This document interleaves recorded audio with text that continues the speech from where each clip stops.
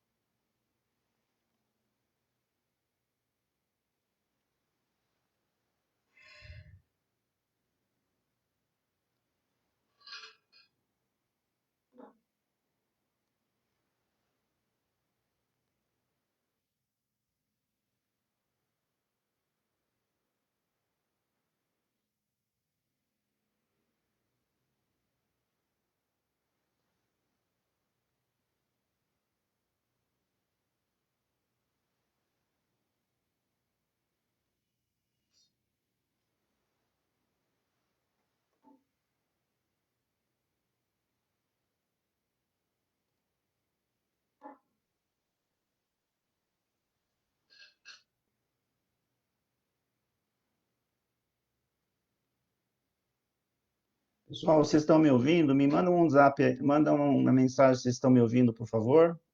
Rafael respondeu, boa noite. Adriano também. Só responde se vocês estão me ouvindo, por favor.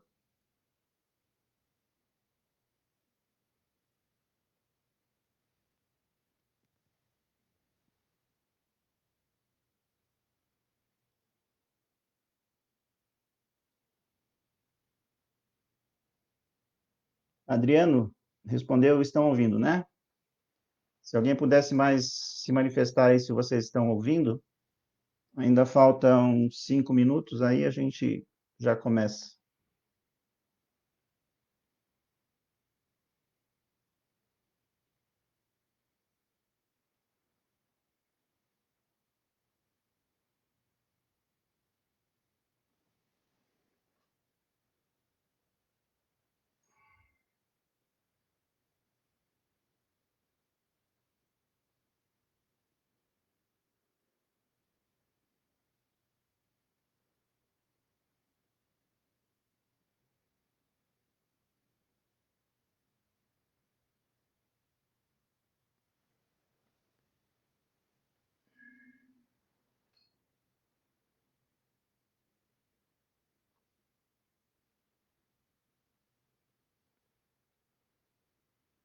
Sávio já mandou, estão ouvindo, né, Sávio?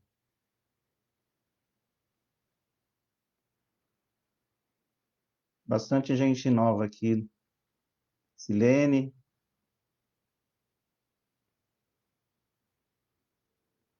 abração, Silene.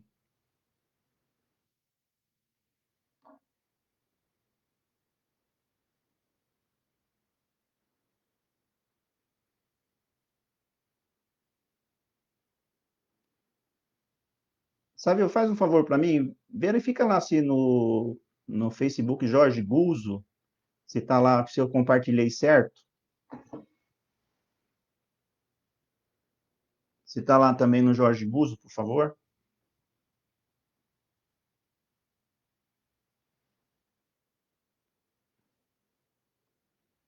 Sávio é o meu guia hoje aqui, porque hoje é o meu primeiro live, minha primeira live, então, Gilmara, saudades também, Gilmara. Valeu, Sávio, dá uma olhadinha para mim lá, por favor. Silene também, um abraço. Temos que conversar, né, Silene? Equipe Mildo da Silva Rodrigues. Ê, turminha boa. Saudades de vocês também. Rafael, beleza? E aí, Rafael, tudo bem? Regina, Ei, Maria Luísa, São Bernardo do Campo, Lucinei.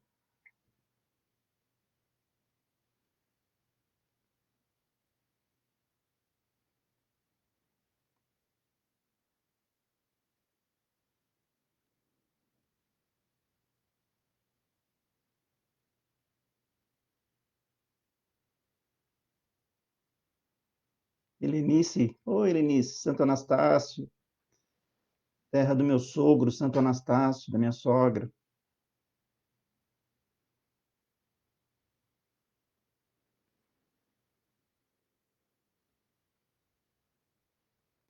Elizabeth.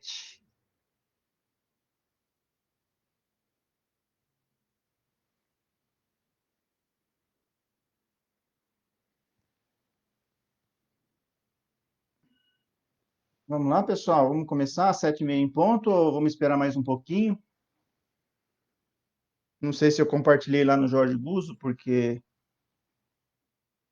aqui no meu Face não dá para ver se eu compartilhei ou não. Deixa eu ver lá. E tem bastante gente que vai mais no Jorge Guzzo. Eu não estou vendo aqui, não. Marilene, saudade. Bastante gente. Cleide Torres, grande amiga. Vou falar da Cleide hoje, daqui a pouquinho aí. Ela não sei se ela vai gostar que eu falei, mas ela autorizou falar dela, da Cleide.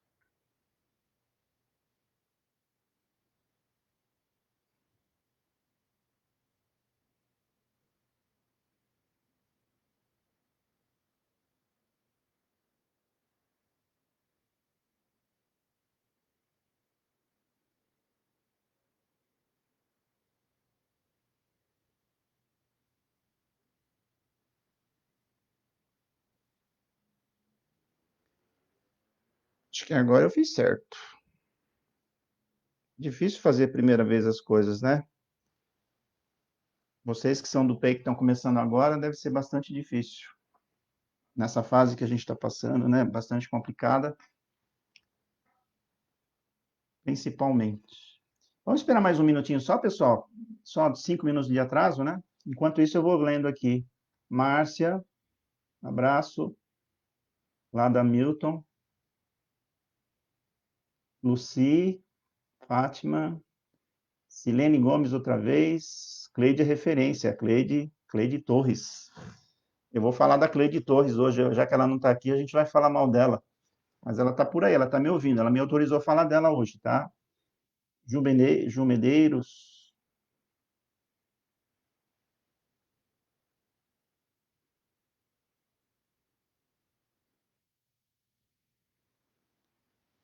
Mais um minutinho só, pessoal, para a gente começar. Sabe, como é que eu vejo aqui quantas pessoas estão vendo a gente? Eu não sei.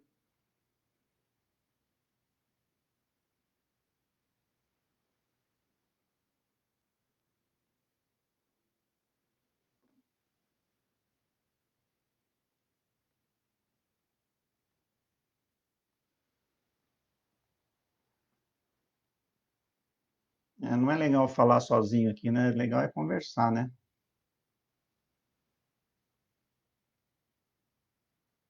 Luciana Lopes, Renata Mariano, Cleide Torres de novo. E já está falando mal de mim aqui, nem vou ler o que ela falou.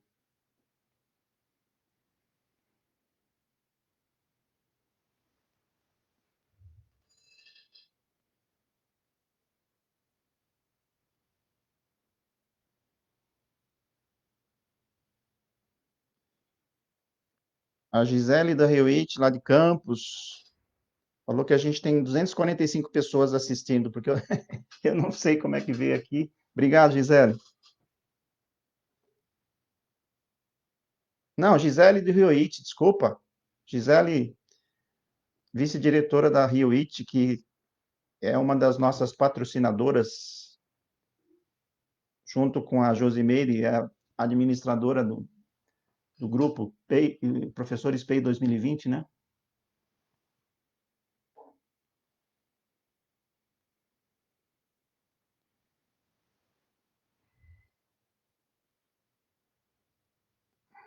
Obrigado, Gisele, pela informação, tá? Eu confundi você com a Gabi lá de Campos. Eu li Gabi aqui, não li Gisele. Rafael Bueno, amanhã a gente fala, Rafael. Rafael Bueno, amanhã a gente se fala, né?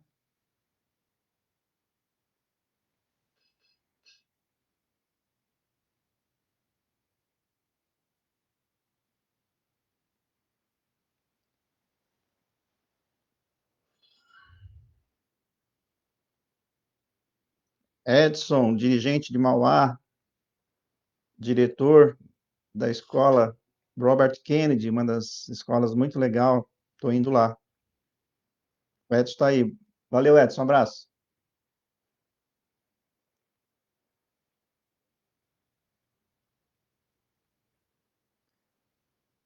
Olha o olhinho em cima do vídeo. Ah, agora achei, 304 pessoas. Valeu, Gi. A gente vai se encontrar em breve, né, Gisele? Pessoalmente espero, né? Mas pessoalmente está difícil, né? Pessoal, vamos começar? Senão a gente atrasa muito. 6 minutos de atraso, eu acho que dá tempo pro pessoal. É bastante estranho, né, Sábio? Falar, parece que não tem ninguém do outro lado, mas vamos se acostumando, né? Então, pessoal, primeiramente eu queria agradecer a Gisele, que é lá de Pinda, e a Josimeire, que é de Lorena, que são as administradoras, né, do grupo do Facebook, Professores PEI 2020, que já demonstrou um grande resultado, né? Lá no grupo já tem quase 7.700 pessoas, né? Compartilhando as experiências. E o legal desse grupo, conduzido pela Gisele e pela Josimeire, é que está ajudando bastante gente do PEI, né? Principalmente os novos, né? Os novos entrantes. Então, parabéns, Gi, parabéns, Josi, pelo trabalho. Eu sei que dá um trabalho grande, né? Ficar administrando esse grupo. Parece que, para quem entra lá e vê, parece que é fácil, mas não é tão fácil assim, né? Dá trabalho, pelo menos, né? E hoje, essa live, a pedido, né, a convite da Gisele e da Josi, a gente, elas pediram para mim que eu fizesse uma introdução, né, do PEI para quem é novo no PEI, né?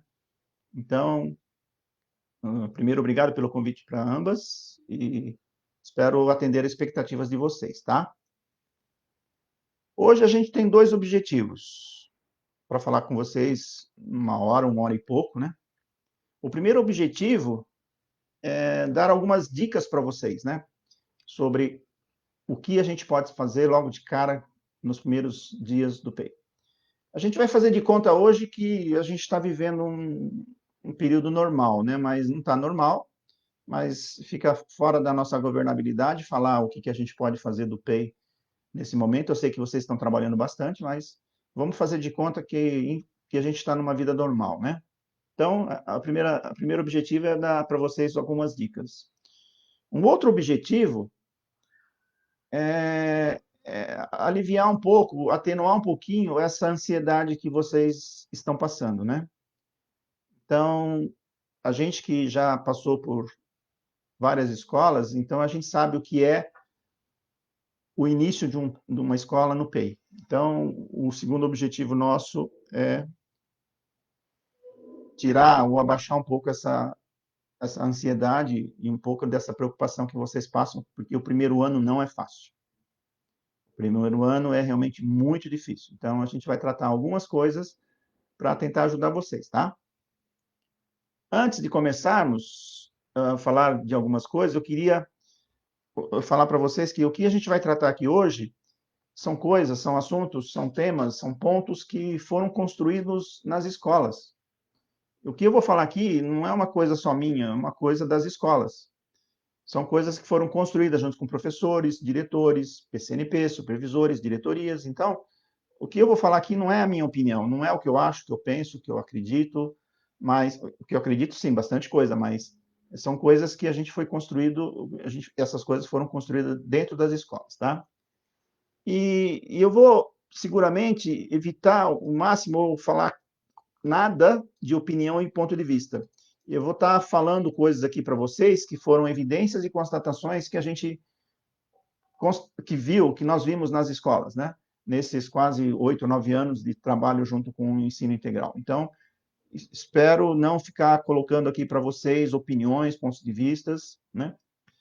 E, e o terceiro ponto que eu queria colocar é que tudo que a gente for falar aqui está dentro dos livros do Programa Ensino Integral da Secretaria do Estado de São Paulo. Então, toda vez que a gente fala alguma coisa em público, principalmente numa situação como essa, eu tenho que seguir as diretrizes do programa, né? Então, seguramente eu vou estar seguindo bastante as diretrizes do programa.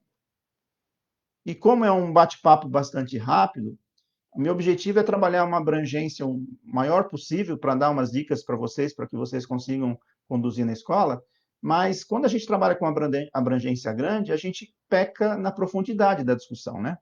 Então, durante essa conversa, eu vou estar falando algumas coisas para vocês e, em vez em quando, eu vou falar, veja o vídeo tal, lá no YouTube Guzo Consultoria. A gente tem lá 102 vídeos, né? Então, quando eu estiver falando alguma coisa que tem vídeo lá no YouTube, eu vou falar, pessoal, veja o vídeo tal. E eu vou passar para frente, porque não vai ser possível a gente se aprofundar muito em alguns pontos, né? Senão a gente não consegue ter esse atingimento no abrangimento de mais itens possíveis, maior número de itens possível, né? Para começar, tem um vídeo lá no YouTube que mostra, que fala muito dessa imagem aqui, ó. Muitos de vocês já conhecem bastante essa imagem, né? Esse banner, a gente chama de banner, que mostra a escola ensino integral em uma página, tá?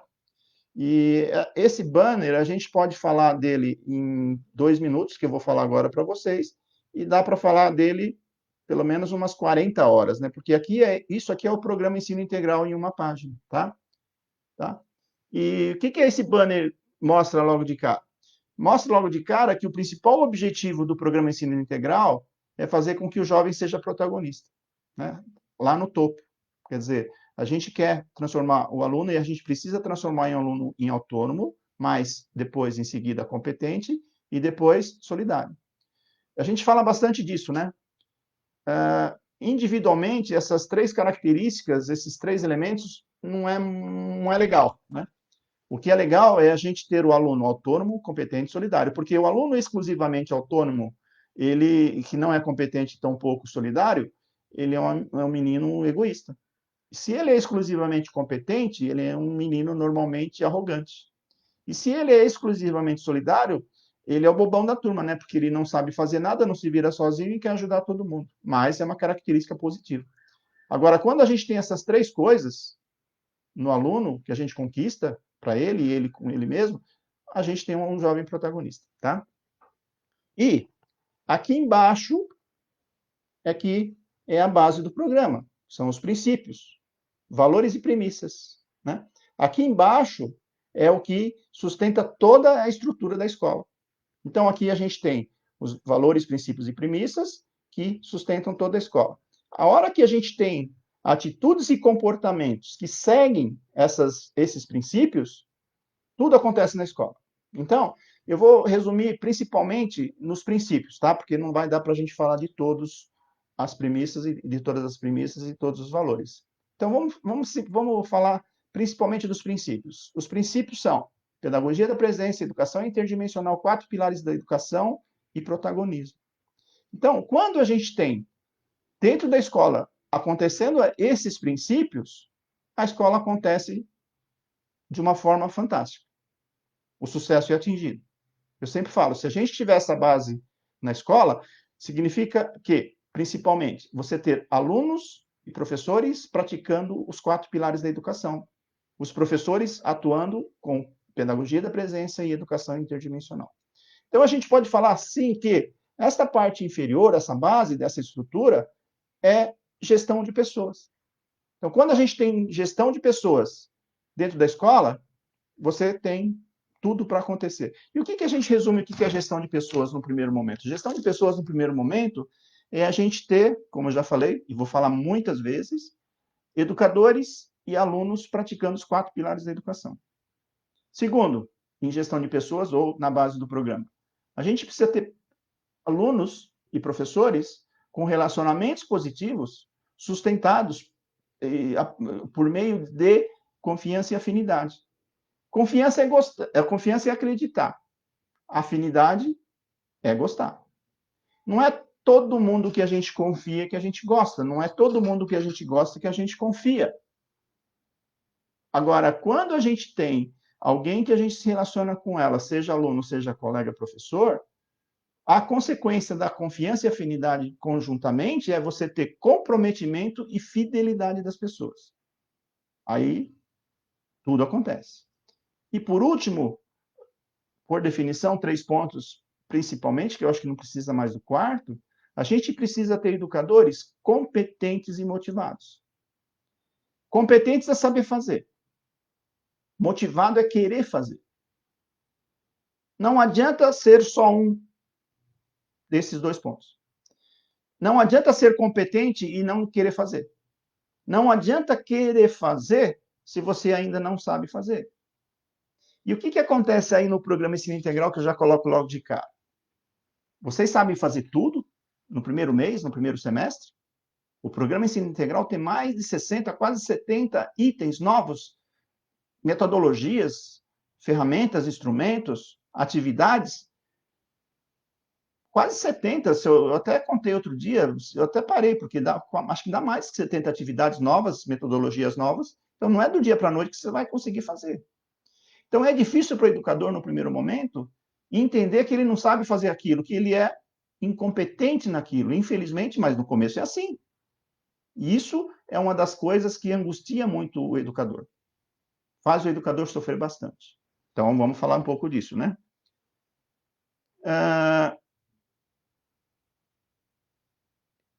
Só eu me guiar aqui, tá? Eu estava falando aqui do... A partir do momento que você tem aqui educadores com relacionamentos positivos, competentes e motivados, a gente vai para a parte de cima. A gente tem aqui as aulas regulares, que é o currículo comum, e aqui a gente tem as aulas da parte diversificada. A gente está falando de nivelamento, OIE e eletivas. A partir do momento que você tem essa interação entre essas duas coisas aqui, você tem uma escola divertida, interessante e difícil. Por quê? Difícil, aprender não é fácil. Então, aqui, a combinação dessas duas coisas aqui, aulas regulares, aulas do nivelamento aí eletivas, você tem essa interação, você tem o quê? Excelência acadêmica, que é a consequência. A partir do momento que você tem excelência acadêmica sendo trabalhada aqui embaixo e aqui em cima, aqui é o professor da Base Nacional Comum atuando e fazendo interações com o professor de projeto de vida aqui e o tutor. Então, aqui a gente tem o professor na sua aula, interagindo fora da aula, claro, junto com o projeto de vida, com o professor de projeto de vida e o tutor. É aquele caso do Zezinho, por exemplo, um menino que está bastante defasado, bastante bagunceiro, está faltando bastante.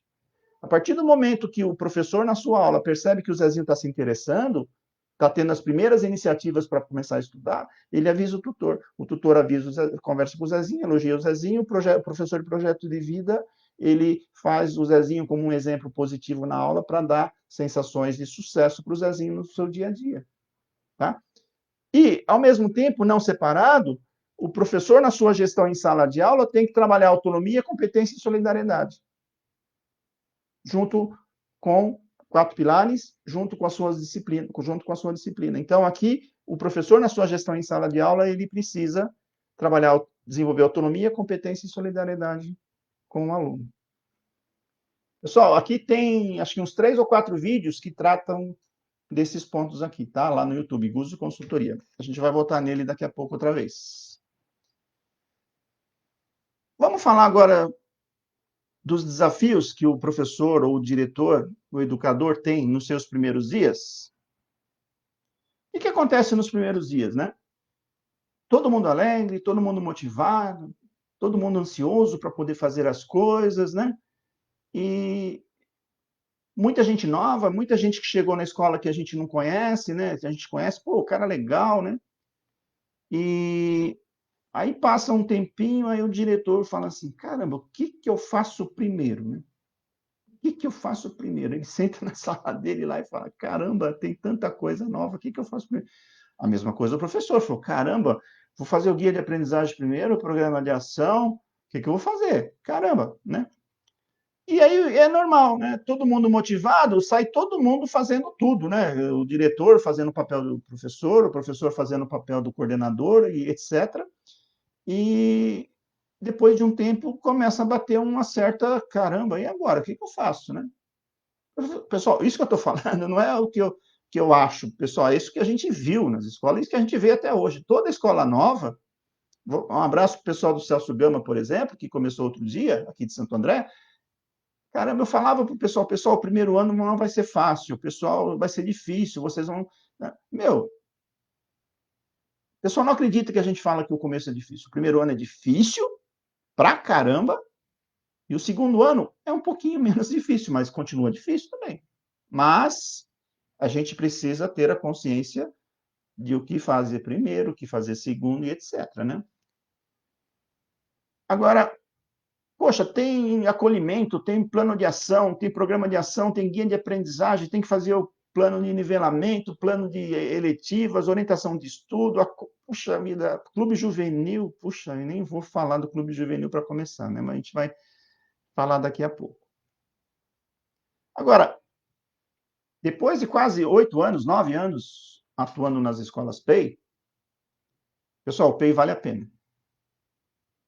Eu constatei e constato até hoje os resultados que uma escola ensino integral traz para o aluno, para a família. Então, vale muito a pena, pessoal. Não é fácil, não é rápido, vai devagarzinho e vale muito a pena, tá? E outra coisa que lá em 2002 eu não sabia, hoje eu sei, porque tem muitas evidências e muitas constatações, né? Uma das coisas que eu falaria, hoje eu tenho essa possibilidade de falar, pela experiência que a gente tem com o que a gente já viu, né? A sua escola, para ficar boa, professor novo no PEI, diretor novo no PEI, vai demorar para ficar boa, uns 3 a 4 anos. De novo, não é eu que acho isso, eu vejo isso todos os dias. Então, é muito comum você chegar numa escola de 2 anos que ainda está começando, né? Fazer as coisas de acordo com o que o programa estabelece. Então, porque tem muita coisa, não adianta querer colocar um elefante numa fechadura, pessoal, não adianta. Né? É isso que a gente vai ter que fazer um trabalho, e vocês vão ter que fazer um trabalho, principalmente a equipe gestora, com os professores também, e vocês vão ter que começar a escolher as brigas que vocês querem brigar. O que eu faço primeiro? Isso, ou das 70 coisas, qual eu faço primeiro? Então, como tem 70 coisas para vocês fazerem e você precisa fazer tudo, você precisa escolher, porque o dia só tem 8, 9 horas de trabalho, né? E você tem que escolher. Agora, o difícil para o educador, sabe o que é? Primeiro fazer essa escolha, o que ele vai fazer primeiro. E depois, e eu vou falar uma coisa aqui que vocês vão achar ruim, mas é a realidade. Vocês vão ter que se acostumar a fazer algumas coisas com um índice de êxito de 20 a 30% no começo sobre algo. Né? Uma eletiva, por exemplo, que eu vi, tá? Não estou falando o que eu acho de novo. Uma eletiva, para começar a funcionar legal, cara, é no mínimo 2 anos e meio. Poxa, o uso fala, é o que eu vejo. Uma eletiva para funcionar legal demora uns 2 anos no mínimo. Na quarta eletiva você vai fazer mais ou menos legal. Que esse mais ou menos legal que eu estou falando é uns 50% do que ela deveria fazer. Agora, para o educador aceitar, poxa, eu vou fazer isso, só vou atingir 30% de êxito, pô, caramba, é muito frustrante para o educador. Mas tem que se acostumar. Porque não dá para fazer 100% das 70 coisas novas, 100% completo e perfeito. Não dá. Tá? Uma eletiva, no primeiro momento, só falando dela um pouquinho, que é o retrato da escola, uma eletiva, né? A eletiva tem que ser divertida. No começo, a primeira eletiva, faça ela divertida. Se preocupa com outras coisas que também são importantes, mas são prioritárias. Aí, no segundo ano, na segunda eletiva, ela tem que ser divertida e um pouquinho interessante. Na terceira eletiva, ela tem que ser divertida sempre, interessante sempre, e começa a ficar um pouquinho difícil. Vamos começar a colocar umas habilidades estruturantes nela lá para trabalhar, entendeu? Na terceira eletiva, ó, eu coloquei uma habilidade estruturante, eu vou colocar 2 ou 3 agora, mas não vai ser legal ainda. Então, você vai começar a trabalhar com uma eletiva legal dali 2 anos, no mínimo. E a escola é assim também.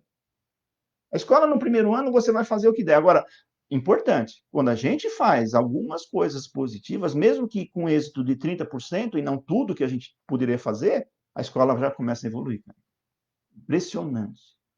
Quando a escola começa a fazer algumas pequenas coisas que o programa estabelece, o IDESP já sobe para caramba. Já sobe para caramba. Aí as escolas que sobem para caramba, no outro ano quer subir a mesma coisa, não consegue. Por quê? Porque tem que fazer e começar normal, pessoal. Tudo isso é normal, né? Então, duas coisas que o educador novo no PEI tem dificuldade: escolher o que fazer, porque não dá para fazer as 70 coisas. E segundo, se contentar, não é se contentar, mas se acostumar a ter êxito de 20 a 30% no começo, quando você está começando a fazer alguma coisa. Um guia de aprendizagem, por exemplo, o primeiro guia de aprendizagem que você vai fazer, cara, vai dar 20, 30% do que ele exige. Depois, no outro bimestre, opa, melhora 2, 3, 5%, depois de um ano, 2, o guia tá bom. O guia também, tenho certeza, na média, demora um ano e meio para ficar bom, tá? É difícil para o educador. E vai falar isso para ele não acredita, né? E a última coisa que eu falaria, assim, de importante agora e hoje, se a gente tiver outra oportunidade, a gente pode continuar a conversa, vocês têm que tomar cuidado, sabe? Por quê? Se vocês não tomarem cuidado, vocês vão ficar doentes. Doente do pé e doente da cabeça. E é isso que a gente vê nas escolas, tá? Tá? E desde lá de 2012 já era assim, só que eu não entendia direito esses porquês lá em 2012, né? Então, eu vou colocar dois exemplos de duas diretoras, né? Excelentes diretoras, tá? Lá em 2012. Eu vou colocar o exemplo dessas duas, porque não daria para colocar de vários outros, né? Do Dário, da Eliana, tá? Daria para colocar bastantes exemplos aqui. Mariana, etc.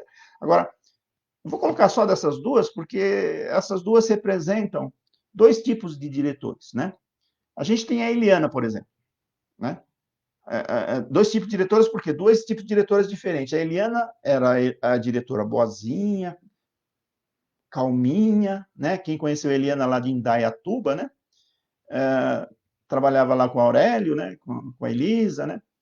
Então, Eliana boazinha, quietinha, educada pra caramba, delicada pra caramba. Agora, a Cleide, eu sei que ela está me ouvindo, ela me autorizou a falar. A Cleide é a Cleide Furacão, sabe? Cara, a mulher era fera, brava pra caramba. Se ela pudesse, ela me batia na época lá, né? Então, uma boazinha, comprometida pra caramba, competente pra caramba na sua carreira. A Cleide é a mesma coisa. Competente na sua carreira, comprometida pra caramba e brava pra caramba, entendeu? Então vamos falar das duas, né? Ah, a Cleide nem tanto, porque ela era mais teimosa, mas a Eliana ela, antes de acabar o primeiro semestre, ela falou para a gente assim, Guzo e Elisane, né? A Elisane, depois eu falo da Elisane também. Eu vou sair do P. Vou sair do P porque me sinto muito incompetente, eu não estou conseguindo fazer tudo, eu sempre fui uma profissional muito séria, e eu estou dando conta que eu não consigo fazer o que o PI exige, né? Então, eu falei, pô, ele espera um pouco, tal. A gente conversou com ela falou que poderia esperar o início do segundo semestre. Mas antes disso, Helena, deixa eu ver o seu programa de ação.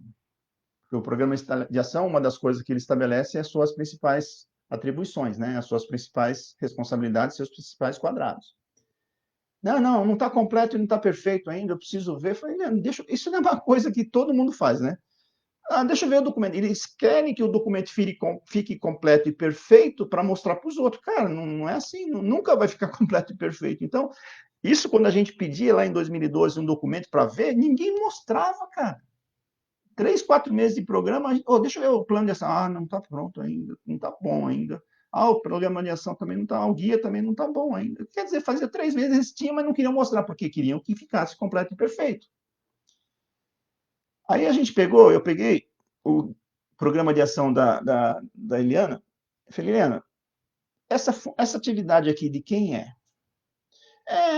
Mas, ó, tem PCG, tem vice-diretor, e você é diretora, tem professor. De quem é essa atribuição aqui? Conforme o programa. Sabe o que é? Não, estou perguntando, de quem é essa atribuição? É da PCG, né? Mas eu coloquei aqui porque eu sempre fiz isso, então quero continuar fazendo, né? E essa, do Aurélio, do vice-diretor, da Elisa, do Aurélio, tal. Dos 12 itens que ela colocou, 8 não era dela. Ela estava fazendo 8 coisas que não era dela. Era do PCG e do vice. Falei, Helena, caramba, como é que você faz? Não, é que eu sempre fiz na escola regular, e sempre fui assim e tal. Eu estou ajudando, né? A Elisa e a Aurélia, eu estou ajudando, né? Você acha que eu estou ajudando? E os dois olharam para nós assim, falando, né? Aí eu perguntei para a Elisa e para a Aurélia, o que vocês acham que ela... É legal o que ela faz? Mas eu estou ajudando, eu estou ajudando. Mas você está invadindo o quadrado dela, cara. Você está fazendo a função dela. Então, quando você invade um quadrado do outro, quando a pessoa é competente e comprometida esse outro, ela fica brava pra caramba com você, porque ela está fazendo uma coisa que é sua, invadindo o seu quadrado e fazendo a coisa, né? Agora, quando o cara é braço curto, ele deixa, né? Fala, deixa o outro fazer. Já que o outro quer fazer, deixa eu fazer. Então dá problema. Tanto para o competente como para o desmotivado. Aí a Eliana, depois de 2, 3 meses, ela sofria, porque ela queria estar no pedagógico, ela queria estar naquela coisa. Ela falou, Gus, é mais forte do que eu, caramba. Eu falei, não, Helena, agora se você invade o quadrado desse, você viu que eles não gostam. Você invade, você tira a função deles, etc. Eu falei, tá bom, né? E depois, no final do ano, ela falou assim, Guzo, foi duro abrir mão do que eu sempre fiz. Mas hoje estou motivado a continuar. Né? Então, você tinha uma diretora boazinha, motivada pra caramba, que queria fazer tudo. Né? E como não conseguia fazer tudo, ela ficava frustrada. Por quê? Porque tem uma fórmula aqui, que tem um vídeo lá que também mostra isso. Ó, isso aqui, ó. Vocês conseguem ver aí. Ó. Sucesso é o resultado 1 milímetro maior do que a expectativa. Quando eu tenho um resultado 1 milímetro maior do que eu esperava atingir, eu tenho a sensação de sucesso, eu tenho a sensação de satisfação. Tá? Quando eu consigo um resultado 1 milímetro maior do que eu esperava. Agora, do outro jeito, quando eu tenho um resultado, mesmo que seja bom, 1 milímetro menor do que eu esperava, repito, quando eu tenho um resultado 1 milímetro menor do que eu esperava, mesmo o resultado sendo bom, eu tenho sensação de insatisfação. Eu tenho a sensação de fracasso. É isso que a Eliana estava sentindo naquela época. Tudo que ela queria fazer completo e perfeito. Ela não conseguia, frustração, fracasso, frustração, fracasso. Então, essa fórmula também vale para felicidade. Felicidade é o que a gente tem como resultado 1 milímetro maior do que a gente esperava. Então, a nossa felicidade não é em cima do que a gente conquista, é em cima do que a gente espera. Então, essa era a Eliana, desculpa, lá de Indaiatuba. Agora vamos falar da Cleide. Comprometida, sempre foi muito competente e também tinha as mesmas sensações de frustração e fracasso. Né? E aí, um dia eu cheguei lá, falei para ela assim, Cleide, vocês precisam fazer a agenda da escola. Meu, ela quase me bateu. Aí tinha a Esther lá, né? A Esther que era boazinha, a Esther que me ajudava, me protegia, porque se deixasse a Cleide me batia. Ela falou, não vou fazer agenda. Esse programa de ação também não vai dar certo, não quero fazer direito, vou fazer mais ou menos. A escola, o PEI é muito burocrático, é isso que a gente escuta bastante, né? Muita burocracia, né? Muita burocracia, muito documento, tem que fazer documento, não sei para que serve, etc, etc, etc. Né? E também passava em cima do PCG, passava que era o Luiz, depois né, da Esther, a Esther até que maneirava um pouquinho, mas se deixasse a Esther também, ela passava por cima da Esther. Queria fazer tudo, né? Então a gente está falando da Cleide, né? Uma pessoa muito competente, sou amigo dela até hoje. Conversei ontem com ela, a gente conversa constantemente, a gente tem alguns projetos juntos até hoje, né? Virou minha amiga, né? Ela queria me bater, agora a gente é amigo. Eliana, eu conversei ontem. Então a gente está falando de burocracia, resistência às inovações, né? E duas pessoas totalmente diferentes, né? Então, de um lado, você tinha a Eliana, que era muito competente no passado, muito comprometida no PEI, que estava frustrada e magoada com ela mesma. Né? E, claro, no conjunto todo ela estava frustrada e magoada. E insatisfeita também. E a Cleide, a Eliana lá em Indaiatuba e a Cleide aqui em Santo André. Muito frustrada, muito magoada e muito brava com ela mesma e com todo mundo. Então, quer dizer, tinha... eu vou falar da Cissa também.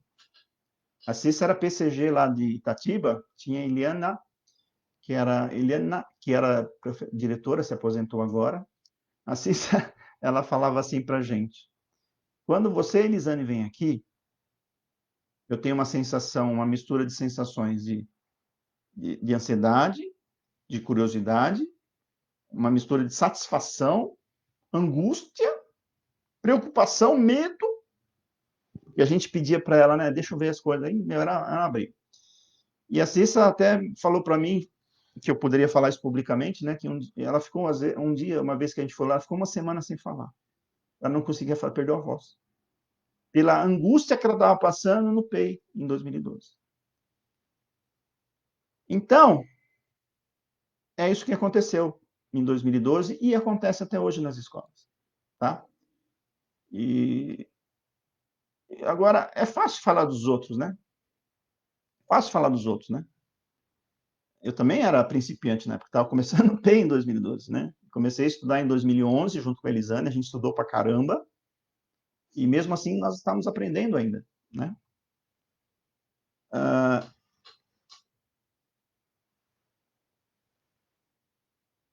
e aí, eu estou recebendo um recado aí. Ah, não vai dar, Marcelo. Agora não vou conseguir. Falar dos outros é fácil. Vou falar de mim um pouquinho só para também, né? Vou começar da história de trás para frente. Eu fui lá fazer uma formação lá no interior e lá estava a Nadir, de São José do Rio Preto. Depois de uma formação de 8 horas, falando 8 horas lá, a Nadir quis fazer um elogio para mim, né? A Nadir falou para mim assim, Guzo, você melhorou muito. Você tá bonzinho. Nadir, o que você está querendo dizer? Que eu melhorei muito, ok, legal, que eu fiquei bonzinho, tá, mas é que lá em 2012 você era terrível, né? A Elisane falava isso para mim, né? E teve uma outra diretora também, recentemente, que eu fui, que falou a mesma coisa, teve outra, várias pessoas falaram, né? Então, a gente tem que mudar para continuar no PEI, para permanecer no PEI. Porque se a gente entra e quer ficar do mesmo jeito, não vai dar certo. Então, uma das coisas que eu ainda sempre tento fazer, muitas vezes eu nem consigo, mas a gente tem que mudar. Porque se a gente não mudar, a gente não melhora, né? Então, aprendi muito nas escolas, tenho muitos amigos até hoje, muitos gostam de mim hoje, e lá do passado eu tenho certeza que muitos não gostaram de mim, né? Então, publicamente aqui eu queria pedir desculpas para aquelas pessoas as quais eu tratei lá em 2012, que, né, eu queria fazer o meu melhor, mas eu tenho que ter certeza que eu fui muito duro muitas vezes, né? Porque eu posso justificar, a Elisane que fala isso, né? Você tinha pressa por eles, né? E era verdade. Então eu tinha angústia, como vocês tinham essa sensação de insatisfação, de fracasso e de frustração, eu também tinha. E eu queria fazer que essa escola evoluísse o mais rápido possível, e eu nessa ansiedade, eu fiz, acho que muita gente sofrer. Então, peço desculpas para aqueles que conviveram comigo, que se sentiram magoados, que eu tenho certeza que eu também não era fácil, né? Então, de novo, vamos em frente, né? E naquela época tinha a Elisane, né? Que era boazinha, né? Quer dizer, isso também era interessante, né? Porque todo mundo chegava, oh, Elisane, que legal. Todo mundo adorava a Elisane. E muitos não gostavam de mim. Então, eu ficava com raiva da Elisane, né? Mas com razão, né? Porque a Elisane era generosa demais, boazinha demais, né? E eu era o ruim, eu era o coração peludo. E a Elisane era o coração bonzinho, né? Ah, então, algumas conclusões. Eu vou ler aqui para ficar mais fácil, tá? Então, a gente estava falando, nós estamos falando de gente, de pessoas super comprometidas, mas essas pessoas, elas precisam de disciplina.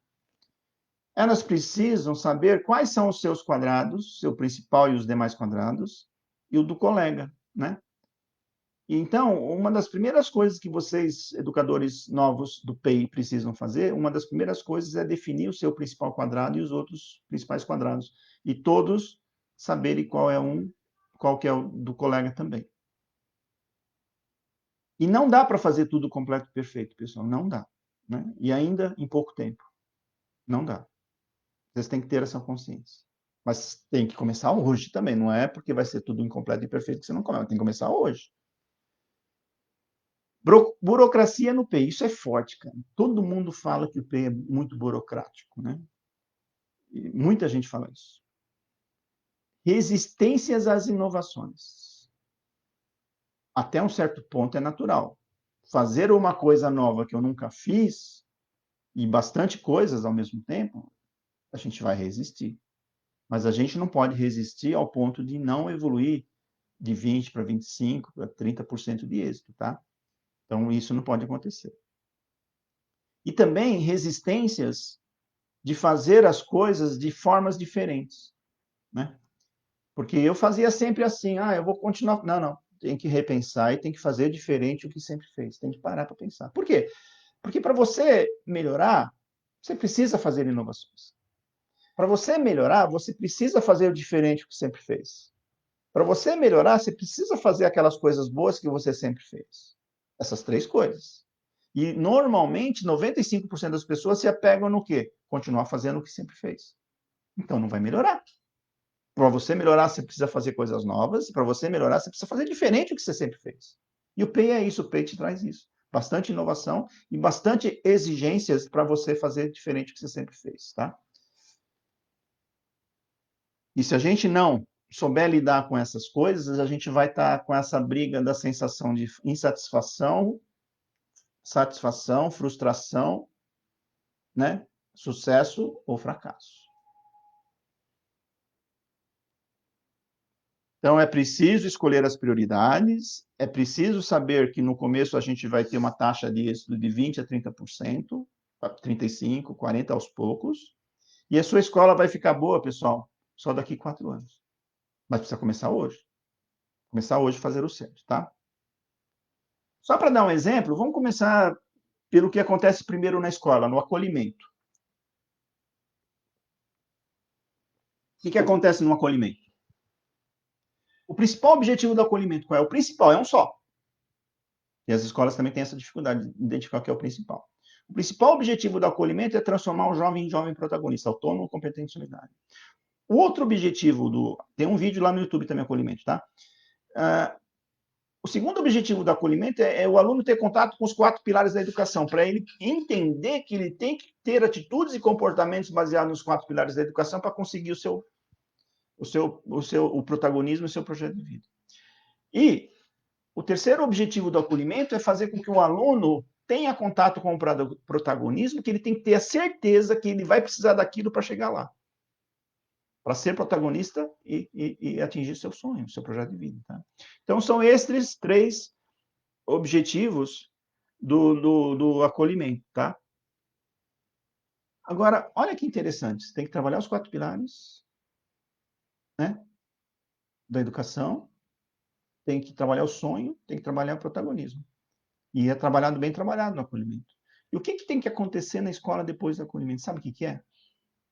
Tem que continuar acontecendo as mesmas coisas por meio dos professores e dos educadores do que aconteceu no acolhimento. Trabalhar o sonho, né? O acolhimento, desculpa, não sei se eu falei abertamente, mas o primeiro objetivo do acolhimento é fazer o aluno sonhar, desculpa. Sonhar, varal dos sonhos. O segundo é ele ter contato com os 4 pilares, para saber que precisa trabalhar com eles, saber atitudes e comportamentos, e protagonismo. Então, o que acontece no acolhimento tem que acontecer depois na escola, até os 3 anos, até o aluno sair.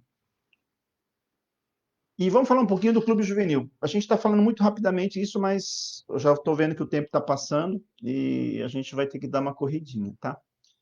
Clube juvenil. Caraca, as escolas, em média, têm de 300 alunos até 800 alunos, em média. Na primeira semana, no primeiro mês do ensino integral. O diretor nem dorme. Todo mundo lá na TPC, estudando, fazendo formação, etc. E o diretor e o vice lá com 500, 600 alunos. Sozinhos. Imagina a preocupação do... E o pior é que isso é difícil. Que você vai, depois de 2, 3 anos na escola, continua a mesma coisa. Difícil. Então, o clube juvenil, a primeira coisa que você tem que conseguir no clube juvenil, sabe o que é? Que eles fiquem disciplinados. Essa é a definição com a dor. Precisamos garantir a disciplina. Agora, com amor, é assim. A gente precisa garantir no clube que os alunos pratiquem os 4 pilares. Então, o que a gente tem que fazer? Chamar, logo no primeiro mês da escola, chegar e chamar líderes de turma e presidentes de clube. E falar assim, pessoal, está aqui um material de 4 pilares, tá? Vocês estudam, depois a gente vai fazer uma reunião, todo mundo lá no auditório, sobre os 4 pilares, porque a gente precisa praticar os 4 pilares. Aí, se reúne com os líderes de turma e os presidentes do clube, e depois que eles estudaram, falaram, pessoal, vamos fazer uns combinados sobre os 4 pilares? Brainstorm, o que pode fazer no clube ou nas classes, baseando-se nos 4 pilares? Isso. Depois, outro brainstorm. O que não pode fazer? Tá bom. Então, isso fica o combinado do que pode, do que não pode fazer, dos 4 pilares da educação. Aí, os últimos 2 combinados. O que a gente vai fazer com quem cumprir os combinados? Nós vamos elogiar, incentivar. E o que nós vamos fazer com os alunos que não cumpriram os combinados? Vai chamar, conversar e registrar. Combinado? Começa assim. Isso não significa que os alunos no clube e na classe vão ficar disciplinados ou praticando os 4 pilares no dia seguinte, né? Vai demorar um pouco. Mas no primeiro dia, vai funcionar 20%. Depois, com os combinados, com as práticas e o monitoramento dos combinados, vai para 30%, 35%. O dia que o clube e a classe ficarem sozinhas e se forem disciplinados, já resolve 80% do problema do diretor e do professor.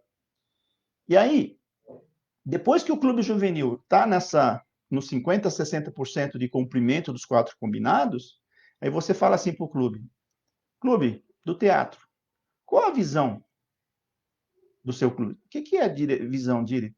A visão, Dire, o aluno, o que você quer ser daqui a 1 ano, 2 anos? O que você quer atingir? Qual é o grande objetivo? Que é a visão. Não poderia ser, por exemplo, vocês fazerem apresentar uma peça teatral no Teatro Municipal da cidade? Poxa, legal, né? Daqui 2 anos, 1 ano e meio, tá bom. Vocês não poderiam estabelecer uma meta intermediária de fazer uma peça teatral daqui 6, 7 meses para todos os pais na reunião de pais? Pô, legal, né? Bacana. Então, agora vocês façam o plano de ação. O que vocês vão fazer primeiro, segundo, terceiro, para atingir essa visão, ou a meta, ou o objetivo intermediário. Cara, eles vão ficar preocupados em fazer isso pelo menos alguns meses. Aí você vai ficar pelo menos sossegado. Já tem disciplina e eles já estão fazendo o plano de ação. Aí ele vem, Diri, eu estou precisando de uma roupinha aí para fazer. Não, vocês não são autônomos, vocês têm que ser autônomos. Vai, arruma um jeito. E aí vai. Tá? Isso é o clube juvenil. Então, tudo começa pelos 4 pilares. A prática dos 4 pilares na escola. Né? E com o aluno, o professor tem que aplicar para ensinar os 4 pilares, principalmente para aqueles mais difíceis, pedagogia da presença e educação interdimensional. Então, a escola começa com a prática, atitudes e comportamentos sustentados pelos 4 pilares, e com o aluno, e às vezes com o professor, praticar a pedagogia da presença e educação interdimensional. Se essas coisas acontecerem na escola, a escola evolui muito e rápido. Tá? Se não acontecer, o que acontece? O contrário, a indisciplina. Tanto do aluno como também do educador. Se o educador tem que praticar os 4 pilares, é ele que tem que praticar. Então, o que tem que fazer também na primeira semana ou a segunda semana de aula? Diretor, vice-diretor, reúne professores na TPC, falam assim, estudem os 4 pilares. Daqui uma semana, a gente vai fazer uns combinados, igualzinho dos alunos. O que a gente vai fazer com o professor que pratica os 4 pilares? Chamar, elogiar e registrar. O que a gente vai fazer com o professor furazóio, que não cumpre combinado? Chamar, conversar e registrar. E criar novos combinados. Tá? Agora, quem cumpre... O que é um combinado? Combinado é um contrato. Combinado é um acordo forte. Quem pratica combinado é um cara batuta, um cara legal, um cara honesto, um cara que cumpre o que fala, é um cara ético. Agora, quem não cumpre o combinado é o contrário. Quem não cumpre combinado não é um cara batuta, não é um cara honesto, não é um cara ético. Caramba! Se você deixar pessoas na sua escola que cumpre os combinados sem elogio, não é legal. Se você deixar na escola professores, educadores que não cumprem os combinados se não fizer nada, vai dar problema, porque outros também vão começar a quebrar os combinados. E a escola vira o quê? O contrário dos 4 pilares.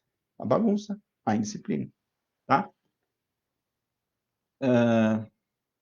Então, a gente já falou dos combinados com os professores. fazer com os líderes de turma. Vamos falar dos quadrados cada um utilizando o banner? Rapidamente. Vamos falar do professor da Base Nacional Comum.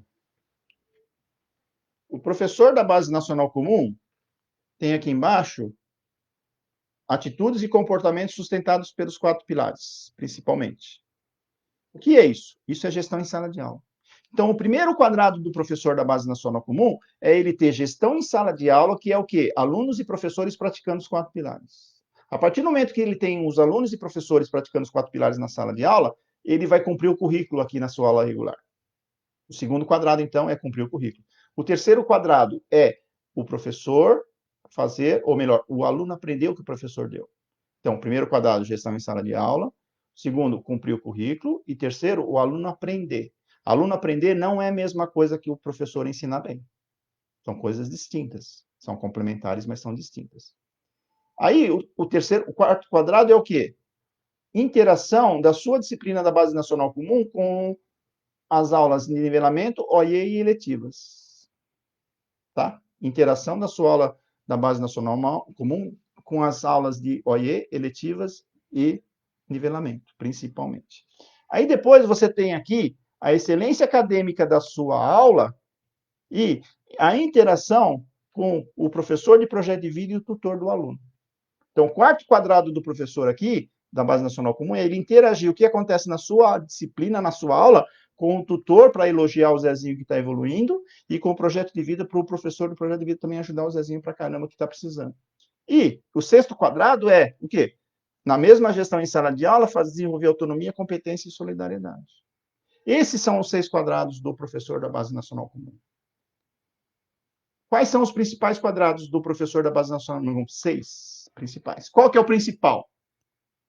Que se ele não acontecer, os demais não acontecem. Gestão em sala de aula. Porque se você tiver gestão em sala de aula, vai dar para cumprir o currículo e o aluno aprender. Se você não tem uma boa gestão de sala de aula, não vai dar para cumprir o currículo e o menino não vai aprender. Não vai dar para interagir aqui e não acontece nada para cima. Com amor se isso acontecer, tudo acontece. Com a dor, se isso não acontecer, nada disso acontece. Primeiro quadrado é esse, segundo é cumprir o currículo, terceiro é o aluno aprender e etc. Quais são os principais quadrados do PCA? São os mesmos do professor da Base Nacional Comum. Só muda, em vez de ser disciplina, é área. Qual os principais quadrados do PCG? São os mesmos do professor da Base Nacional Comum. Muda somente de disciplina para a escola, porque o professor, o coordenador geral, tem que garantir uma excelente gestão em sala de aula de todos os professores. Qual o principal quadrado do diretor? São os mesmos. Só muda o escopo. Do vice-diretor, são os mesmos. Ah, do tutor é diferente. Não, o tutor é diferente um pouquinho. Muda o quê? Em vez de ser uma boa gestão em sala de aula, é uma boa gestão na tutoria, com os 4 pilares. E, em vez de ensinar habilidades da Base Nacional Comum, vai ensinar habilidades de protagonismo. Então, os quadrados de todo mundo da escola são iguais. Muda somente o quê? Alguns conteúdos e o escopo, a abrangência. Então, quando vocês forem fazer o programa de ação, são esses 6 quadrados. Você tem que garantir. Porque se você garantir, teoricamente, que na prática é difícil, uma boa gestão em sala de aula, cumprir o currículo ao aluno aprender, automaticamente você já tem excelência acadêmica. Mas, na realidade, no mundo real, não é possível, você sabe. Então, você tem que ter nivelamento, OIE e eletivas para ajudar aqui. Aí você consegue aqui. O programa é perfeito, pessoal. Ele é perfeito. A gente que não consegue fazer a perfeição, mas ele é perfeito. Então, por que a gente conclui que as coisas são burocráticas? Um guia de aprendizagem burocrático, um programa de ação burocrático, etc. Então, tem alguns porquês. E eu vou falar aqui que tem algumas consequências, umas causas que faz com que a gente pense por que isso é burocrático, tá? Por que é burocrático? Sabe por quê? A primeira coisa que a gente precisa para fazer que a coisa não seja burocrática, ou que uma coisa boa que não seja burocrática, é a gente dar consciência para as pessoas, seja um educador, seja um aluno, né? E o primeiro passo que a gente tem que dar essa consciência é ter uma boa definição do o quê.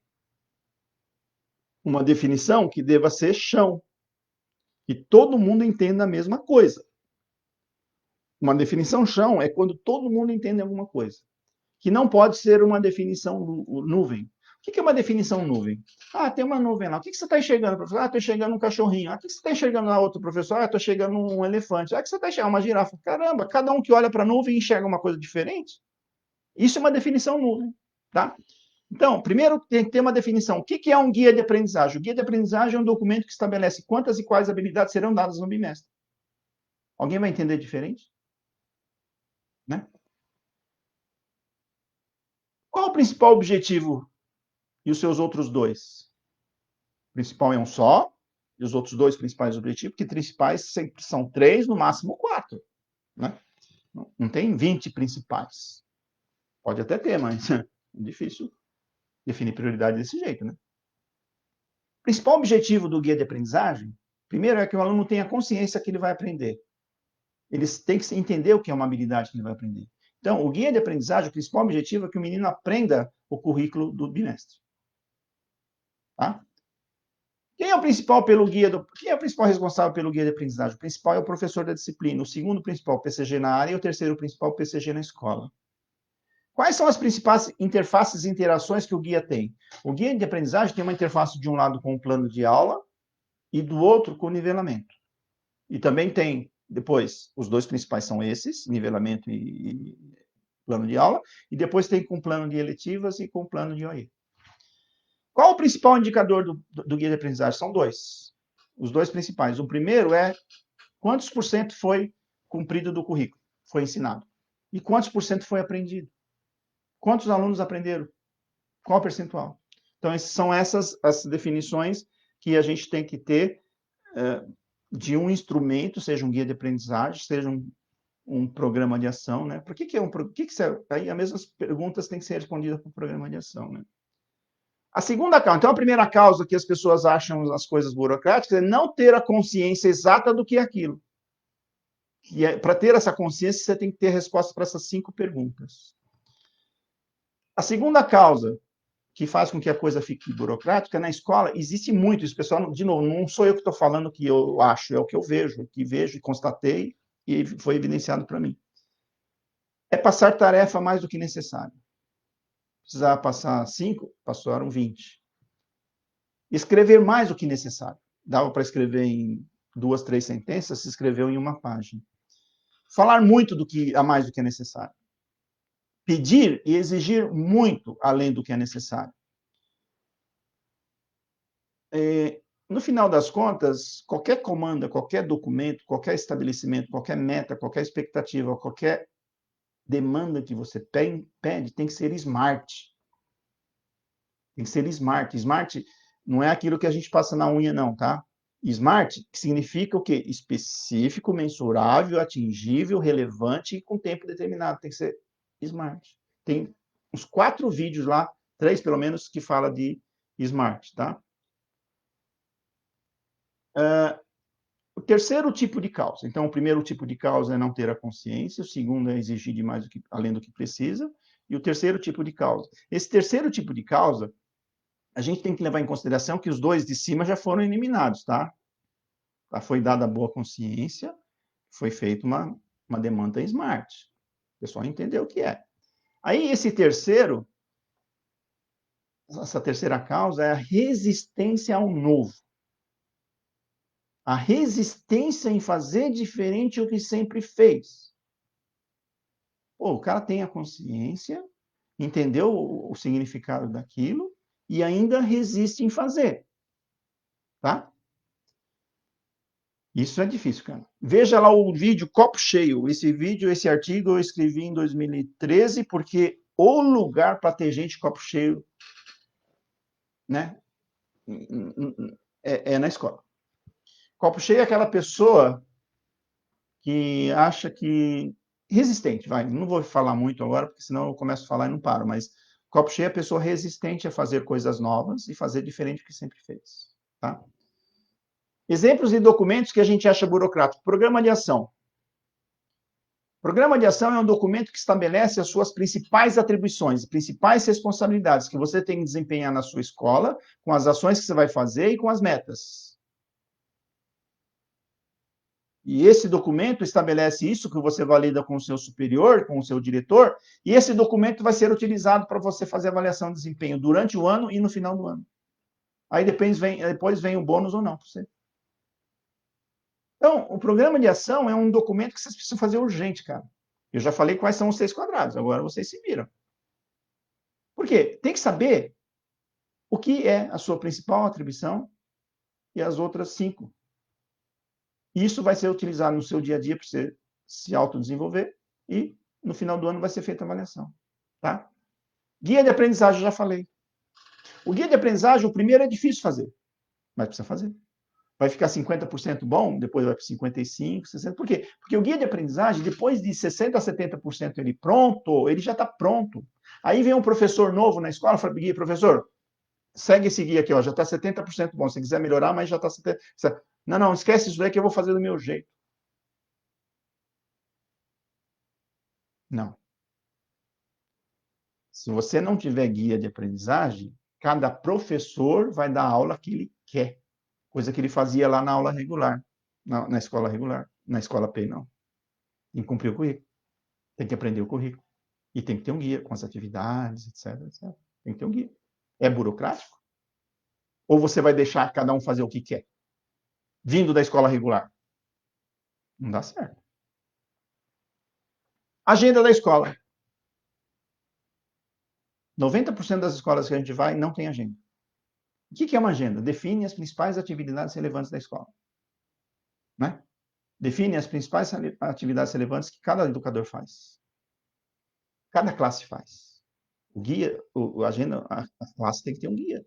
Porque se tem um guia, o professor está marcando prova lá, 10 professores marcando a mesma semana 10 provas, aí, dá para flexibilizar um pouquinho, que já tem 3 provas agora, né?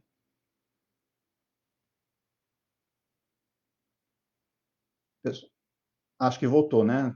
Parecia que estava fora do ar. Então, a classe tem que ter uma agenda. O aluno tem que ter uma agenda. Agora, se não tem uma agenda, o que acontece? Você é chamado numa hora que você está lá compenetrado, vem cá, professor, pô, não dá para ir agora, eu estou fazendo. Não. Você não tem agenda. Aí o diretor está fazendo uma reunião lá, chamou 10 pais de alunos e tal, e chega alguém, ô diretor, você tem que estar lá, mas não tem agenda, como é que eu vou saber que você ia fazer isso? Você chama qualquer um e todo mundo briga com você, não tem agenda. Então, uma escola, para começar a ficar organizada, precisa ter uma agenda. A escola, a equipe gestora, diretor, vice-diretor, PCG, PCA. O professor, professor, me ajuda aqui, o PCA, me ajuda aí que eu estou tão desorientado aqui. Deixa eu ver sua agenda para ver. Não tem agenda. Eu falei, como é que eu vou te ajudar se você não sei o que você está fazendo, cara? Então, se não tem agenda, também, cada um faz o que quer. E cada um fazendo o que quer, porque a agenda é um combinado. O guia de aprendizagem é um combinado.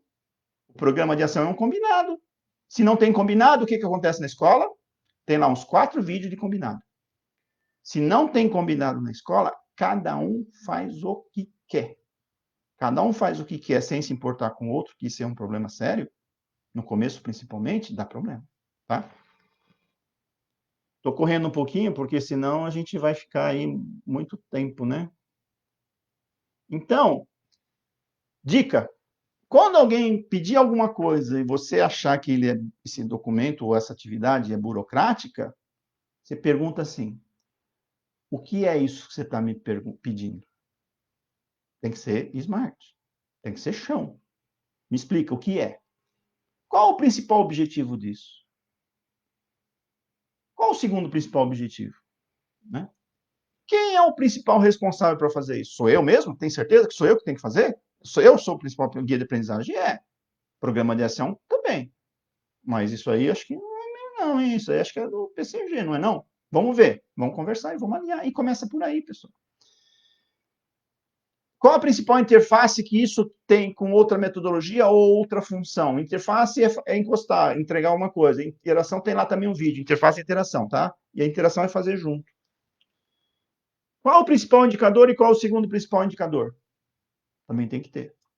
Agora, a gente está finalizando, tá, pessoal? Essa lógica dessas 5 perguntas vale para qualquer tipo de formação, seja pequena, média ou grande a formação. Você vai dar a formação de alguma coisa, tem que definir o que é de uma maneira chão. Você não pode definir uma coisa de maneira nuvem, né? Cada um entende uma coisa. E teste. A hora que você faz uma formação, pergunta: o que você entendeu, o Zezinho, aluno ou o professor? O que você entendeu? Se todo mundo falar a mesma coisa, a turma entendeu o que é aquilo, um guia, um programa de ação, né? Um acolhimento. Agora, qual o principal objetivo disso? Disso que você vai me ensinar? Responde, ok. Quem é o principal responsável? Quais são quais as interações e quais são os indicadores? Formação tem que ter isso, cara. Porque muitas formações que a gente vai, a gente entra. O que você aprendeu hoje, hein? Hã? O que foi dado? Mas define o que é isso. Não sabe. Das duas, uma, ou o cara não falou, ou você não prestou atenção. Mas formação, PCGs principalmente, PCAs que são educadores, são formadores. Toda a formação sua tem que ter o quê? Principal objetivo, principal responsável, principal interface de interação e principal indicador. Se não tiver isso, não é formação. Aí é outra coisa. É mais sensibilização, mas não é formação. E